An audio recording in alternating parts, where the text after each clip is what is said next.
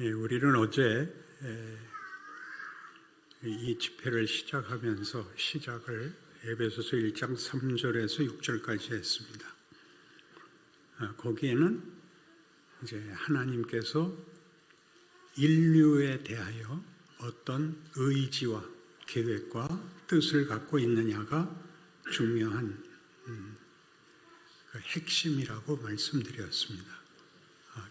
가장 중요하게 표현된 단어들이 찬송하리로다 하나님 곧 우리 주 예수 그리스도의 아버지께서 하늘에 속한 모든 신령한 복을 우리에게 주시되 곧 창세전에 그리스도 예수 안에서 우리를 택하사 거룩하고 흠이 없게 하려 하시며 그 사랑하시는 자 안에서 우리를 자녀로 삼으시고 그 예수 그리스도 안에서 우리에게 거저 주시는 바 그의 은혜의 영광을 찬송하게 하려 함이라.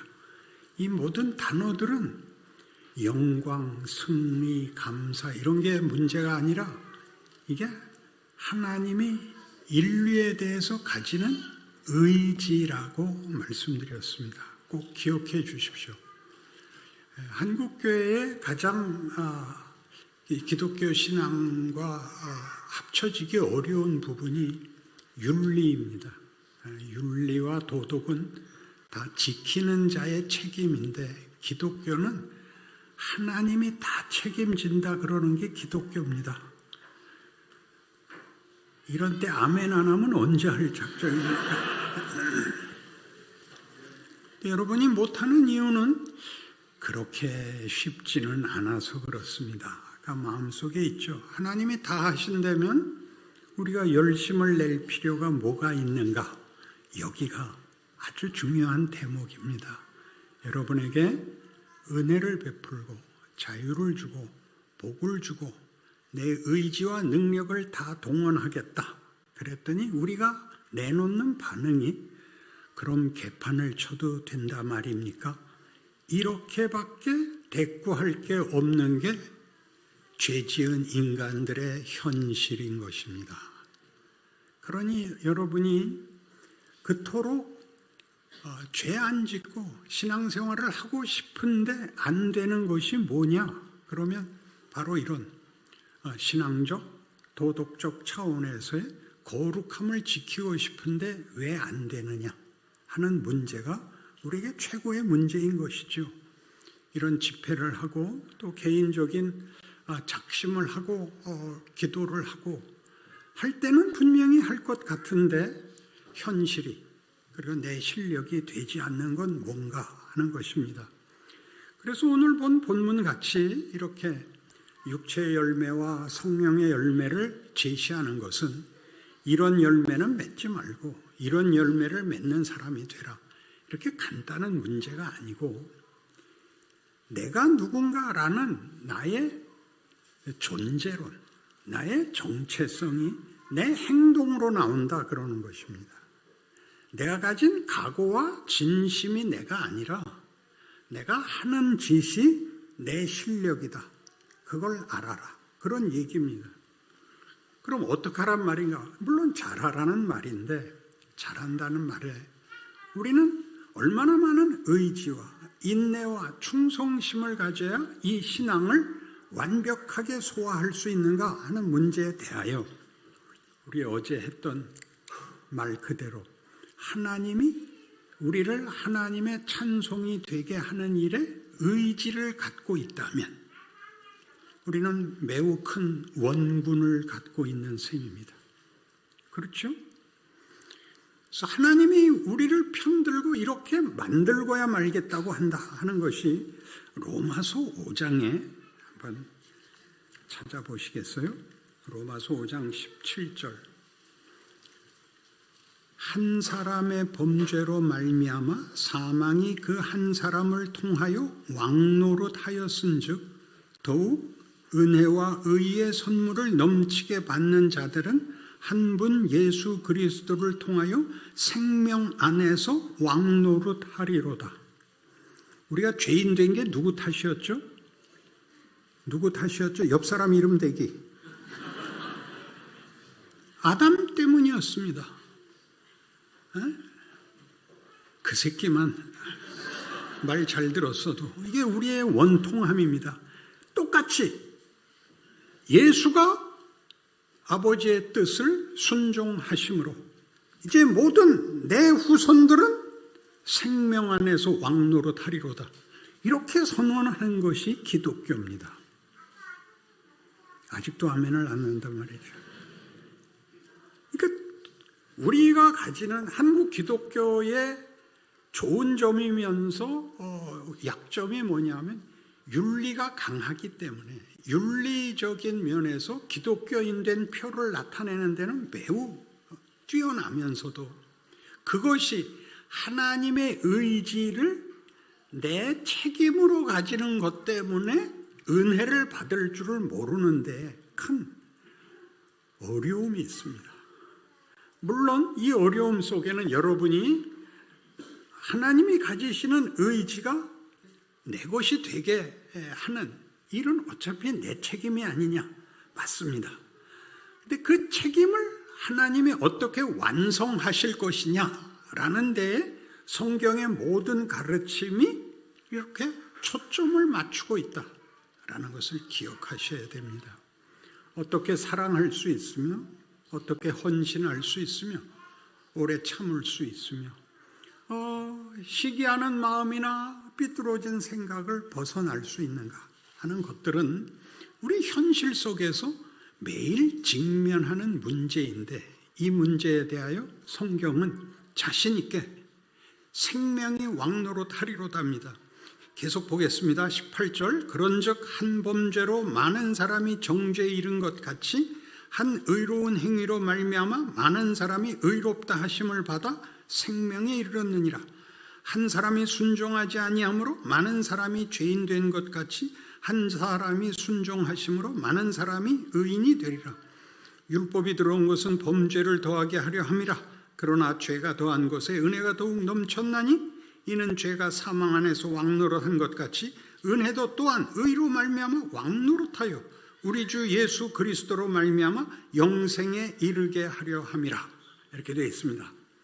3-4번이에요. 아멘. 그쯤은 눈치가 있어야 됩니다. 아멘을 못하는 이유는 우리 다 공감하는 것입니다. 그렇게 쉽지 않습니다. 그러니까 여러분들의 경험이고 현실입니다. 근데 성경이 이렇게 주장을 하고 이 약속을 하고 있는 것을 어떻게 지켜내느냐 하는 문제에 우리가 오늘 그 내용을 함께 나누겠습니다. 기독교 신앙을 이렇게 하나님의 의지, 하나님의 선도성이라는 것으로 이해하는 것보다 책임과 반응으로서 이해하고 그래서 내가 한 일에 대하여 보상을 받는 식의 기독교 신앙관을 가지는 것이 현실 속에서의 대부분의 신자들의 형편입니다. 나의 반응에 의해서, 그러니까 구원마저도 반응에 의해서, 복도 반응에 의해서 라고 생각하는 것을 강하게 찢고 들어오는 성경이 욥기입니다. 욥기는 대부분 다 잘 이해 못하는 성경 중에 하나인데 우리의 현실을 이해하기 위해서 잠깐 설명을 하겠습니다. 욥은 제1장에 아주 중요한 선언이 떨어지는데 욥은 읽을 때 꼭 기억하셔야 됩니다. 욥은 의인입니다. 욥은 죄인이 아니고 완벽한 의인입니다. 사탄이 하나님께 찾아오자 하나님이 사탄을 꾸짖느라고 야 너는 매일 그렇게 쓸데없는 짓을 하고 돌아다니냐 욥을 좀 봐라 그랬더니 아이고 하나님 잘해 주시니까 잘하죠. 그러면 한번 복을 다 제거해 보세요. 그래도 잘하나 정말 우리 내게 할까 해서 하나님하고 사탄하고 말장난하다가 욥이 몽땅 뒤집어 쓰고 하루아침에 강도들이 올라와서 자녀들 다 죽이고 재산 다 뺏어가고 홀딱 알거지가 돼서 앉게 됐습니다. 왜 일이 이렇게 됐는지 알지 못하지만 욥은 불평하지 않고 침묵을 지키고 있습니다. 사탄이 다시 등장했죠. 하나님이 뭐라고 놀리시죠? 봐라, 네가 괜히 날 들쑤셔갖고 저렇게 만들었는데도 입 다물고 믿음 지키는 거 보지 않느냐? 그러니까 하나님, 몸을 직접 치셔야죠. 소유물을 친 것 같고야 누가 항복을 하고 자빠지겠습니까? 몸을 치십시오. 그래? 너 생명만은 건들지 못한다. 쳐라. 그래서 정수리부터 발끝까지 온 몸에 병이 납니다. 그래서 기왓장으로 몸을 긁고 어쩔 줄을 모르고 앉아있죠. 친구들이 그 소식을 듣고 찾아옵니다. 세 친구가 찾아왔죠. 욥의 형편이 하도 위중해서 감히 입을 못 벌리고 있습니다. 그러자 욥이 참고 있던 중에 처음으로 입을 엽니다. 뭐라고 입을 여냐 하면, 내 생일이 달력에서 없었더라면, 우리 어머니가 나를 베지 않았더라면, 내가 태어나지 않았더라면 얼마나 좋았을까. 하나님께 직접 항의는 못하고 태어난 것 자체를 저주하기 시작합니다. 그러자 친구들도 입을 열지요. 너 그딴 소리 하지 말고 빨리 회개해라. 뭘 회개하라는 거야? 임마, 그럼 네가 아무 일도 없이 이 벌을 받는단 말이냐? 난 잘못한 거 없다. 넌 말을 그따위로 하는 것만 봐도 네가 잘못했다. 사람이 어떻게 잘못을 안 할 수가 있냐? 빨리 용서를 빌어라. 난 못했으니까, 잘못한 거 없으니까 난 용서받겠다고 회개할 수 없다. 그래서 3명의 친구와 3라운드에 걸친 설전이 벌어집니다. 그래도 욥은 그들의 모든 공격에도 불구하고 내가 잘못한 것이 있으면 대봐라, 데려와봐라. 증인이 있다면 내가 700배로 갚아주마. 데려와봐라. 없죠. 세 친구가 더 이상 할 말이 없어지자 엘리후가 등장합니다. 엘리후가 등장하여 마지막 도전을 이렇게 하죠. 하나님은 창조주시다. 하나님이 잘못한 것이 뭐가 있느냐? 하나님의 질서와 통치에 잘못된 것이 뭐가 있느냐? 내가 이런 벌을 받는 것은 전부 네 잘못이지 어떻게 하나님이 잘못한 것이겠느냐까지 이르게 됩니다. 그 와중에 욥은 어디까지 가냐 하면, 하나님, 우리 계급장 띄고 한번 만납시다 까지 갑니다. 하나님, 나도 궁금합니다. 내가 왜 이 어려움을 겪어야 합니까? 가 욥의 항변입니다. 그리하여 38장에 하나님이 등장하십니다. 폭풍 가운데서 하나님이 욥을 만나서,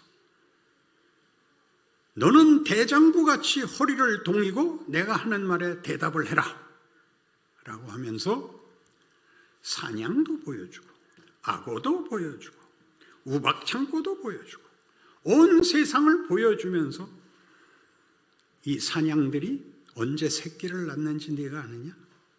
이 바다가 어디까지 올라오고 더 이상 못 올라오게 한 기준이 뭔지 아냐? 우박창고를 본 적이 있냐? 너는 알아야 된다 라는 창조 세계에 대한 증거들을 가지고 욥에게 질문을 하십니다. 잘못 읽으면 바로 앞에서 한 엘리후의 논설같이, 나는 이 모든 것들을 만든 창조주고 너는 피조물인데 감히 나보고 잘못한 것이 있다고, 너는 잘못한 것이 없고 내 책임이라고 그렇게 말할 수 있냐? 라는 얘기가 아니라 하나님이 하는 얘기는 이겁니다. 너는 알아야 된다. 너는 이 피조물들과는 다르다. 너는 내 상속자다. 이렇게 얘기하는 게 욥기입니다. 거기서 욥이 항복을 합니다. 42장에 와서 욥이 뭐라고 항복을 하죠? 어두운 말로, 말이 안 되는 말로 진리를 가렸습니다. 내가 제 가운데서 회개합니다. 무엇을 회개하는 걸까요? 하나님이 하시는 일은 무에서 창조를 하실 수 있고, 나중에 또 나옵니다마는 죽음에서 부활도 만드실 수 있는 분이 하나님이십니다. 하나님이 만드신 모든 것의 결과물과 그 내용은 다 아름답고 놀랍습니다. 하나님이 욥에게 들이댄 모든 창조물들을 가지고 한 질문들은 이것입니다.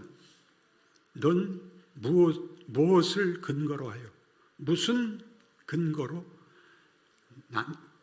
내가 잘못했지 네가 잘못이 없다 라고 항변하느냐.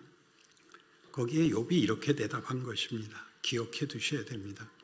난 잘못한 게 없잖아요. 그게 욥이 하나님께 대든 이유입니다. 난 잘못한 게 없잖아요. 하나님이 그럼 잘못했단 말입니까?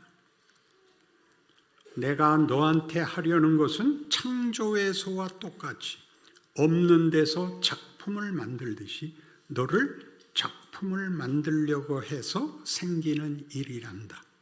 이렇게 되는 겁니다. 못 알아들어도 알아들을 것 같은 표정을 한 번만 지어보십시오.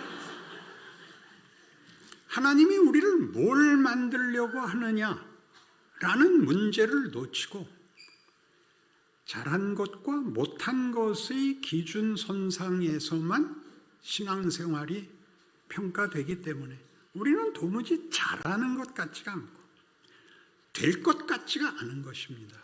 그러나 성경이 하는 얘기는 이런 시간들을 거쳐서 하나님이 우리에게 만들려고 하는 것이 기어코 만들어져야만 데려가시겠답니다. 그러니까 그전에는 죽지도 못하는 겁니다. 오래 살려고 그래서 말 안 듣겠다. 그렇게는 안 하겠죠. 하나님이 뭘 어떻게 만들려고 하시는가. 여기가 기독교 신앙의 핵심인 것입니다. 우리는 어제 읽은 또 아까 다시 한번 외운 에베소서 1장 3절에서 6절 같이 그의 사랑하시는 자 안에서 우리에게 거저 주시는 바 그의 은혜의 영광의 찬송을 만드는 겁니다. 이건 우리가 아는 도덕법, 우리가 아는 어떤 능력의 산물의 정도를 훨씬 뛰어넘는 하나님이 하나님이라는 존재만으로서 우리에게 경배와 찬송을 받으실 분인 것 같이 하나님은 우리에 대하여 창조에서 소개한 바와 같이 우리의 모양대로, 우리의 형상대로 우리가 사람을 만들어 우리와 사랑과 믿음을 나누게 하자. 그게 인간 창조의 근본적 이유입니다. 그래서 요한복음 17장은 예수님께서 뭐라 그러느냐 하면 아버지께서 내 안에 내가 아버지 안에 있는 것 같이 저들도 다 하나가 되어 우리 안에 있게 하사 아버지께서 나를 보내신 것을 믿게 하옵소서. 이렇게 되는 것이 기독교인 것입니다. 기독교는 관계에 관한 것입니다. 하나님과의 관계. 그러니까 여러분이 잘잘못으로 평가했던 여러분의 생애를 잘했을 때는 누가 먼저 기억이 났고 못했을 때는 누가 먼저 기억이 나든가요? 잘했을 때는 누가 맨 처음 생각이 나십니까? 잘했을 때는 부처가 먼저 생각이 나고 잘못했을 때는 예수가 생각이 나고 그러진 않았잖아요. 잘했을 때는 마누라가 생각이 나고 그야 뭐 흠잡을 거 없죠. 못했을 때는 누가 생각이 나든가요? 노하신 주님이 생각이 나고 그것은 여러분 도덕법으로는 벌받을 장면이지만 따지고 보면 하나님과의 관계가 소원해지는 것이 우리에게 제일 큰 공포로 와 있다고요. 여러분의 영적 내용이 하나님과의 관계라는 것으로 얼마나 묶여 있는가를 보여주는 아주 매일 겪는 경험인 것입니다. 하나님 마음에 내가 더 들었으면 좋겠다. 더 잘했으면 좋겠다. 그런데 안 된다. 안 되면 어떻게 해야 된다? 하나님이 우리를 왜 창세 전에 택했고 그 기쁘신 뜻으로 택한 하나님의 영광의 찬송인데 이런 인생을 살게 하시는 거예요. 아담이 저질러 죄와 사망이 왕이 된 자리에서 우리 보고 살라고 하시는 거예요. 세상에 나가면 어느 곳에나 죄와 사망이 큰 소리를 칩니다. 죄란 뭐라 그랬죠? 하나님과 분리된 것, 하나님 없는 것. 그래서 생명과 가치가 없는 것. 세상 사람들은 다 생명과 가치가 없습니다. 사망은 뭐죠? 무가치한 것, 소멸되는 것. 그래서 욕밖에 할 게 없습니다. 분노밖에, 폭력밖에 쓸 수가 없습니다. 우리는 그나마 하나님과의 관계에 대하여 맨 처음 반응을 하게 되고 감각을 하게 되는, 우리는 구별된 사람들입니다. 만족스러운 만큼 하나님의 자녀 노릇은 못했지만 부끄럽습니다가 있습니다. 어디로 가는 거죠? 부끄러움을 넘어서는 자리로 갈 것입니다. 어떻게 가는지 아십니까? 나이가 들어야 됩니다. 나이가 드는 것을 다들 별로 크게 생각하지 않는데, 나이가 들면 세상 사람들이 하는, 하나님 모르는 사람들이 하는 것으로는 이겨도 손해고 지면 더 손해고, 그 생각과 선택에 폭력과 비극 외에 선택할 것이 없다는 것을 점점 깨닫게 됩니다. 예수를 믿는다는 것은 우리가 비극을 택할 필요 없고 수치를 택할 필요 없고 위대한 것을 택할 수 있다라는 걸 깨닫게 됩니다. 해보게 됩니다. 한 인간의 인간성을 좌우하는 것이 뭐냐? 그럴 때 아량입니다. 아량 혹은 관용, 용서하는 것이죠. 상대방의 못난 것을 용서하는 것, 세상에서는 용서 안 합니다. 조금 그 잘못이 작을 때는 모아뒀다가 적금 타듯이 나중에 내가 그동안 할 말 참고 있었는데 넌 죽어 마땅해. 이게 세상은 할 수 있는 게 죽고 죽이는 것밖에 없고, 우리는 그나마 한 번씩 잘할 수 있습니다. 하루에 한 번씩, 두 번씩 해보시겠습니까? 왜 이런 인생을 살게 하는가? 죄와 사망이 왕노릇하는 곳에 의와 생명이 왕노릇하는 자로 내가 여기 서 있는 것입니다. 왜 하나님이 이 둘을 맞붙게 하느냐? 배우라는 것입니다. 키우는 것입니다. 철이 들게 하는 것이지요. 어떻게 해서? 따라하다가 같은 쌍욕하고 같은 폭발을 하고 그런 것들로 해결이 안 된다는 것을, 그건 내가 도리어 손해라는 것을 배우지요. 여러분이 이해하기 좋은 예를 들죠. 배너라는 영화를 보셨습니까? 손 들어보라 그래 볼까요? 배너 보신 분? 못 본 사람은 나갈 때 10만 원씩 벌금 내고 나가요. 배너라는 영화의 오리지널은 찰턴 헤스턴이라는 사람이 주인공을 한 것이고, 후에 리메이크된 배너는 원작이 아닙니다. 거기는 그 주인공도 다르고 줄거리도 다르고 그 원저작자의 신앙적 그 고백이 없습니다. 그래서 원작을 중심으로 얘기를 하죠. 베너라는 유대인이, 예루살렘에 살고 있는 유대인 청년이 있었는데, 거기서 같이 큰 로마 사람인 메살라라는 친구가 로마에서 여기 수비대장으로 임명이 돼서 와서 옛날에 같이 컸던 정으로 집에 불러서 잔치를 열고 기쁨을 나눕니다. 그러면서 베너가 메살라에게 요구하죠. 너는 여기서 자랐으니까 유대인에 대해서 이해가 있을 거 아니냐. 지금같이 이렇게 폭력적으로 다스리지 말고 조금만 완화시켜다오. 그럼 우리도 기꺼이 순종하겠노라. 그러자 메살라가 말하기를, 나는 더 엄하게 할 거야 라고 로마 관료 노릇으로 돌변합니다. 그러니까 베노가 너 그럴 수 있냐? 너랑 나 사이에 이럴 수 있냐? 너와 나는 친구지만 나는 로마의 관리야. 그럴 수 없어. 그래서 등을 대는데 거기 로마에서부터 더 큰 귀인이 예루살렘에 들어오는 길에 지붕에서 구경을 하던 베노의 어머니와 누이 동생이 기와장을 잘못 만져서 떨구는 바람에 말이 놀라고 그 쥐관이 떨어져 낙상을 하게 됩니다. 붙잡혀 들어가죠. 어머니와 누이 동생이 붙잡혀 들어가자 베노가 찾아가서 빕니다. 너도 알잖아. 내 어머니와 내 여동생이 폭력을 행할 사람이 아니라는 걸 알잖아.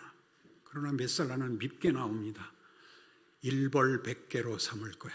유대인들 모두 앞에 조금만 잘못하면 다 없어지는 줄 알라고. 너 이 새끼 빨리 안 내놔 하고 베노가 창을 들고 찌르려고 하자 메살라가 악당은 이래야 돼요. 벌떡 일어나더니 찔러. 날 찌르면 네 어머니하고 동생이 살아날 수 있단 말이야. 찔러서 데리고 나가봐. 그래서 어떻게 할게요? 베노가 찔렀다? 못 찔렀다? 거기서 영화가 끝날 수는 없죠. 책상에 꽂고 잡혀갑니다. 잡혀가는데 메살라가 미운 소리까지 해놔서 베노는 훨씬 더 험한 이 쇠사슬에 묶여서 노예선으로 끌려가는 내내 고생 끝에 우물가에 도착해서 모두가 물을 한 모금씩 얻어먹는데 그 물도 못 먹게 합니다. 그놈은 물도 주지 마. 거기서 예수님이 등장을 하죠. 예수님이 물 한 바가지를 떠서 줬는데 간수가 와서 걷어찹니다. 그놈은 주지 말래니까 예수님이 일어나서 그 간수를 쳐다보자 그 간수가 태양을 마주 볼 수 없는 것 같이 뒤로 물러서서 물러가고 베노는 간신히 물 한 바가지를 얻어먹고 떠납니다. 이 장면은 굉장히 중요합니다. 예수님이 베노에게 물을 먹였기 때문입니다. 물 먹였다가 무슨 말인지는 아시죠?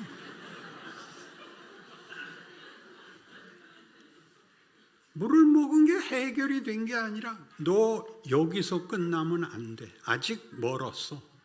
너 더 살아서 더 당해야 돼. 어딜 갔어요? 노예선에 갔다고요. 노예선에서 2년 동안 노를 줬습니다. 새로 사령관이 오고 해전에서 이 배가 침몰했는데 사령관을 구해서 말하자면 해방이 돼가지고 자유의 몸이 되어가지고 로마 황제 앞까지 가고 그 사령관의 양아들이 되고 그리고 돌아와 메살라 앞에 섭니다. 전차 경주에서 이기고 메살라가 목숨이 경각에 달리는 중상을 입죠. 지금 다리를 잘라야 살아납니다. 수술합시다. 안 돼. 그가 올 거야. 나는 다리를 자르고 그놈을 볼 수는 없어. 기다려봐. 봐, 왔지. 베노가 찾아옵니다. 메살라가 그 온몸이 부서진 거기서 뭐라고 악을 쓰냐 하면 승부는 아직 끝나지 않았어. 너 저 동구박 굴에 가봐. 네 어머니와 네 여동생이 있을 거야. 으하하하 그러고 뒤집니다. 거기가 나환자들의 동굴이거든요. 베노가 찾아갔죠. 정말 어머니와 여동생이 있습니다. 보복을 했는데 답이 없습니다. 매일 미치겠는 겁니다. 어떻게 할 도리가 없습니다. 부인이 묻습니다. 여보, 복수를 했잖아. 메살라 죽었잖아. 근데 왜 당신 마음을 못 풀어? 난 안 돼. 난 이렇게는 풀 수가 없어. 그러니까 부인이 뭐라고 얘기를 하냐 하면 이게 지금 영화 감상평 하는 거예요? 설교를 하는 거예요? 당신이 메살라 같아요. 메살라는 정말 악당이었고 베노는 정당한 사람이었는데 그 영화는 그렇게 그를 지적합니다. 당신이 메살라 같아. 그래서 다음날 이대로 동굴에 내버려 둘 수는 없어. 그래서 어머니와 여동생을 데리고 예루살렘 성전을 마을로 들어오는데 예수님이 십자가를 메고 가는 걸 보게 되고 다 놔두고 따라갑니다. 그리고 예수님 십자가에 돌아가시고 돌아온 벤호가 이렇게 말하죠. 그 말씀이 내 가슴에 있던 칼을 놓게 했어. 아버지여 저들을 사하소서. 저들이 자기가 하는 일을 알지 못하나이다. 그리고 짜자잔 그러고 끝나는 겁니다. 메살라가 없으면 여기까지 가질 못하는 겁니다. 그럼 그냥 행복하게 살았더래요. 도토리 키재기로 끝나는 인생을 하나님이 여기까지 끌고 가는 겁니다. 분노를 넘어서는, 폭력을 넘어서는, 자폭을 넘어서는 가장 큰 위대한 자리에까지 우리를 끌어올리기 위해서는 우리가 싫어하는, 아니 우리가 좋아하는 어떤 안전장치까지 깨고 우리를 꺼낸다. 그러는 게 성경이 하는 말입니다. 하나님이 자신을 증명하는 일에 있어서도 하나님은 히브리서 5장 8절 같이 그가 아들이시라도 받으신 고난으로 순종함을 배워서 온전하게 되셨다 라고 얘기하는 것은 무시무시한 말씀입니다. 하나님은 모든 존재의 주인이시고 그는 누구에게 무슨 위협을 받거나 강요를 받거나 유혹을 받거나 어떻게 양보를 해야 될 필요가 없는 분이 자기 아들을, 여기서 자기 아들이라는 것은 본인이 오는 것보다 더 큰 것을 말하는 겁니다. 여러분 모두 아시다시피 자식을 위해서 부모가 죽지 부모를 위해서 자식을 잡는 자는 없습니다. 하나님이 자기 아들을 어디까지 보냅니까? 십자가에까지 보냅니다. 그리하여 온전하게 됐다는 것은 하나님이 그 무슨 결격 사유가 있었던 걸 채웠다가 아니라 하나님은 우리가 아는 개념의 권세와 지위와 능력으로서 우월함으로 하나님이 자신을 자랑하지 않으시고 우리를 불러내실 때, 만들었을 때 그 작정대로 우리의 형상, 우리의 모습, 아들이 아버지 안에 내 안에 아버지가 있는 것 같이 저들도 다 하나가 되어 우리 안에 있게 하시려고 나를 보내신 것. 그래서 우리가 간 자리, 사망의 자리를 들어오시는 겁니다. 우리가 죽어 나 자빠진 무덤에 같이 와서 누우시는 거죠. 그래서 예수의 오심이 죄인들을 위해서 오고 사자들을 위해서 오시고 그들을 붙잡아 그의 부활이 우리 모두를 아버지의 영광으로 일으키시는 것 같은 생애를 살게 하고 있다라고 증명하시는 겁니다. 하나님이 하나님 노릇을 어떻게 하는가? 왜 그렇게 하는가? 우리로 하나님과 사랑과 믿음을 나눌 수 있는 자로 만들겠다. 어떻게 만들어야 되느냐? 차근차근 만들어야 됩니다. 에베소서 4장 13절 우리가 다 하나님의 아들을 믿는 것과 아는 일에 하나가 되어 온전한 사람을 이루어 그리스도의 장성한 분량이 충만한 데까지 이르리니 이는 우리가 이제부터 어린아이가 되지 아니하여 사람의 속임수와 간사한 유혹에 빠져 온갖 교훈의 풍조에 밀려 요동하지 않게 하려 함이라. 오직 사랑 안에서 참된 것을 하여 범사에 그에게까지 자랄지라. 그는 머리니 곧 그리스도라. 그에게서 온몸이 각 마디를 통하여 도움을 받음으로 연결되고 결합되어 각 지체의 분량대로 역사하여 그 몸을 자라게 하며 사랑 안에서 스스로 세우느니라. 자라나는 것입니다. 잘못할 때마다 회개하고 씻어버려서 결백을 지켜나가는 것이 아니라 그 상처, 그 실패, 그 후회, 그 자책을 때문에 다음 단계로 나가라 말입니다. 다음 단계로 나가라 말입니다. 맞아, 이런 말 할 필요 없어. 미운 말 할 필요 없어. 좋은 말 하시고 멋있게 구시고 그리스도께서 십자가에서 저들을 사하소서의 자리까지 가라. 단번에 못 갑니다. 새총 10번 쏴서 새 맞추는 사람 봤습니까? 새가 없어서 쏴본 적이 없다. 우리나라가 그 특기로 갖고 있는 스포츠 종목 중에 가장 센 게 여자 양궁입니다. 그들은요, 이 활 시위를 하도 땡겨서 여기에 줄이 나 있습니다. 아시죠? 아랫입술에서 턱까지 활 시위 줄 자국이 지워지질 않고 있습니다. 그렇게 해서 밤낮 10점 맞지 않습니다. 여러분, 만들어져 가고 있습니다. 여러분들이 후회하는 모든 일들이 여러분에게 유리하게 작용할 것이다 라고 얘기하는 것이 하나님을 사랑하는 자, 곧 그 뜻대로 부르심을 입은 자들에게는 그다음 뭐예요?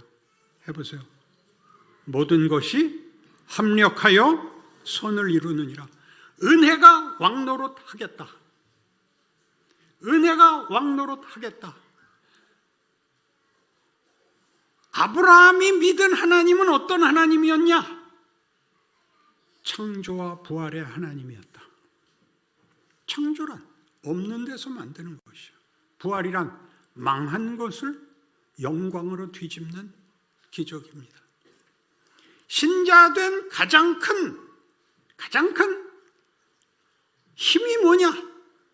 이 운명에, 이 의지에 우리가 부름을 받았다는 사실을 아는 것입니다. 여러분이 기대하는 식으로 자라는 것이 아니라 뜻밖의 일들이 뜻밖의 곳에서 뜻밖의 모양으로 만들어냅니다. 멋있어집니다. 이걸 믿는 게 기독교 신앙입니다. 그래서 기독교 신앙에서 가장 조심해야 될, 내가 정말 기독교 신앙인인가 아니면 도덕성을 가지고 있는 것인가를 구별하는 방법이 뭐냐 하면, 도덕을 기준으로 가진 신앙관에서는 잘못을 지적하는 것이 언제나 특기가 됩니다. 잘못을 지적하는 것, 정죄하는 것. 고신이 제일 잘하는 거가 뭔지 아세요? 니들은 다 신사참배했어. 그거 하지 말고 고신은 높을 꽂자잖아요. 성질을 다른 데다 부릅시다. 뭐가 낫냐 말이야. 뭐가 낫냐 말이야. 인간됨이 뭐가 낫냐 말이야. 표정이 뭐가 낫냐 말이야. 반말은 어디서부터 시작한 거예요 지금? 내가 예수 믿으면서 가장 화딱지난 깨우침이 여기였어요. 우리는 좋은 말을 하지 않는구나. 넌 지옥 가. 그 얘기는 안 하는 거예요. 갈 거잖아. 그걸 왜 얘기를 해? 난 천국 가. 그래, 갈 거잖아. 그 자랑하지 말어. 인간이 달라지라고, 인간이. 이거 할 때 내가 연습 많이 해요. 이 말을 할 때 왜 내가 인상을 쓸까? 이 진지한 말을, 이걸 거룩하게 왜 난 못할까? 표정 관리가 잘 안 돼요. 제가 알게 된 기독교 신앙의 진수입니다. 인간성이 달라야 돼요. 아량이 있고 관용이 있고 용서해주고 회복시켜야 됩니다. 회복은 정답을 얘기하는 게 아닙니다. 될 때까지 편들어주는 것입니다. 이것이 기독교 신앙입니다. 성경은 계속 이 얘기를 하죠. 에베소서 5장 15절에 가면, 그래서 이렇게 얘기를 해요. 그런즉 너희가 어떻게 행할지를 자세히 주의하여 지혜 없는 자 같이 하지 말고 오직 지혜 있는 자 같이 하여 세월을 아끼라. 때가 악하니라. 그러므로 어리석은 자가 되지 말고 오직 주의 뜻이 무엇인가 이해하라. 술 취하지 말라. 이는 방탕한 것이니 오직 성령으로 충만함을 받으라. 시와 찬송과 신령한 노래들로 서로 화답하며 너희의 마음으로 주께 노래하며 찬송하며 범사에 우리 주 예수 그리스도의 이름으로 항상 아버지 하나님께 감사하며 그리스도를 경외함으로 피차 복종하라. 왜 여기 성령 충만이 술 취하지 말라와 붙어 있을까요? 둘이 극적인 대조를 이루기 때문입니다. 술 취하는 건 방탕한 것입니다. 방탕은 우리에게 도덕적 개념의 죄로 인식되어 있는데 방탕은 도덕적 죄 목록이 아니고 방탕은 방임하는 겁니다. 시간을 헛되게 보내는 것을 방탕하다 그러는 겁니다. 여러분 잘 아시는 탕자 비유. 그러니까 나가서 술 처먹고 기생들하고 방탕하게 살았대. 그러니까 밤낮이 술 먹는 것과 기생 만나는 것. 그걸로 치부하는 게 아니라 아버지를 떠나 지 맘대로 사는 바람에 아무 교육도 훈련도 못 받고 시간을 보냈다. 이게 탕자의 비유인 것입니다. 그가 돌아오자 아버지가 환영합니다. 아들이 돌아왔으니까요. 환영합니다. 큰아들이 일을 마치고 들어오다가 왜 집에서 음악 소리가 들리냐? 하인이 대답하기를 당신 동생이 집 나갔던 동생이 돌아와서 아버지가 기뻐서 잔치를 열었습니다.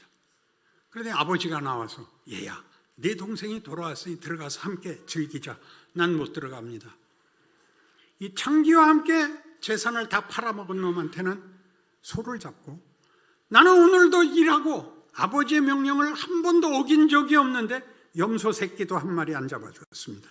이 새끼자는 아무데나 붙일 수 없는 건데 어지간히 성질이 났던 거죠. 그러자 뭐라 그러죠 아버지가? 얘야 내 것이다 네 것 아니냐. 우린 상속자입니다. 하나님이 우리를 어떻게 대접을 하느냐면 상속자는 건 재산을 물려받는다 이렇게 간단한 문제가 아니라 아버지가 나를 자식으로 대접하는. 히브리인들의 문화 속에서는 부자지간이라는 것은 동등한 지위. 이 지위에 속하지 않은 자들은 종. 여기가 다른 겁니다. 여러분은 하나님의 영광의 찬송이어야 됩니다. 그 영광을 찬송하는 자가 아니라 여러분이 그 영광의 꽃이라는 뜻입니다. 하나님은 자신의 영광을 우리로서 확인하겠다는 겁니다. 우리의 승리, 우리의 아름다움, 우리의 위대함, 우리의 어떠함, 우리의 존재론, 성품, 인격을 가지고 내가 하나님 맞지? 라고 우리의 찬송을 받아내시겠답니다. 그렇게 지금 그 와중에 있는 것입니다. 여기를 속지 마세요. 타자들은 말이죠. 야구에서 타자들은 10번 타석에 나가서 몇 번 치면 잘하는 거죠? 3번입니다. 3번, 3할. 3할 타자면 아주 잘하는 야구 선수입니다. 10번에 한 번 치기 바쁩니다. 그렇게 시작하는 것 아닌가요? 그게 2번이 되고 3번이 되고 4번이 되고 인생이란 그 일이 만들어지는 과정입니다. 여러분이 어느 날은 나는 은퇴해야 되나 봐, 나는 포기해야 되나 봐 하는 생각이 드는 것은 모든 유명한 스포츠맨들이 다 고백하는 얘기입니다. 안 그런가요? 난 이쯤에서 그만둘 뻔했다. 나는 아닌가 보다라고 했다. 그러나 그 사람들이 고백한, 이런 고백을 한 사람들은 다 유명 성공한 스포츠맨들입니다. 하나님이 이기게, 하나님이 기어코 목적을 이루시겠다고 우리를 불러세워 그 아들을 주시고 그 아들을 걸고 우리의 영광을 약속하고 있습니다. 그 나날을 삽니다. 그 하루마다 큽니다. 그 사실을 놓치지 말고 위대한 성인이 되시고 고신을 이끌어 나가시고 자랑스러운 교회가 되어주시기를 바랍니다. 기도합시다. 하나님 아버지, 우리의 모든 소원보다 큰 하나님의 진심이 우리를 만들었고 기르고 있습니다. 은혜가 승리할 것을 믿습니다. 하나님이 필요하다면 그 아들까지 보내셨다는 사실로 인하여 우리가 망해서 죽어버리면 다시 살려내서라도 끝내 승리를 이루시겠다는 것을 믿습니다. 이 믿음 가지고 하루를 살게 하시고 우리의 인생을 채워 주 앞에 찬송이 되게 하옵소서. 예수님 이름으로 기도합니다. 아멘.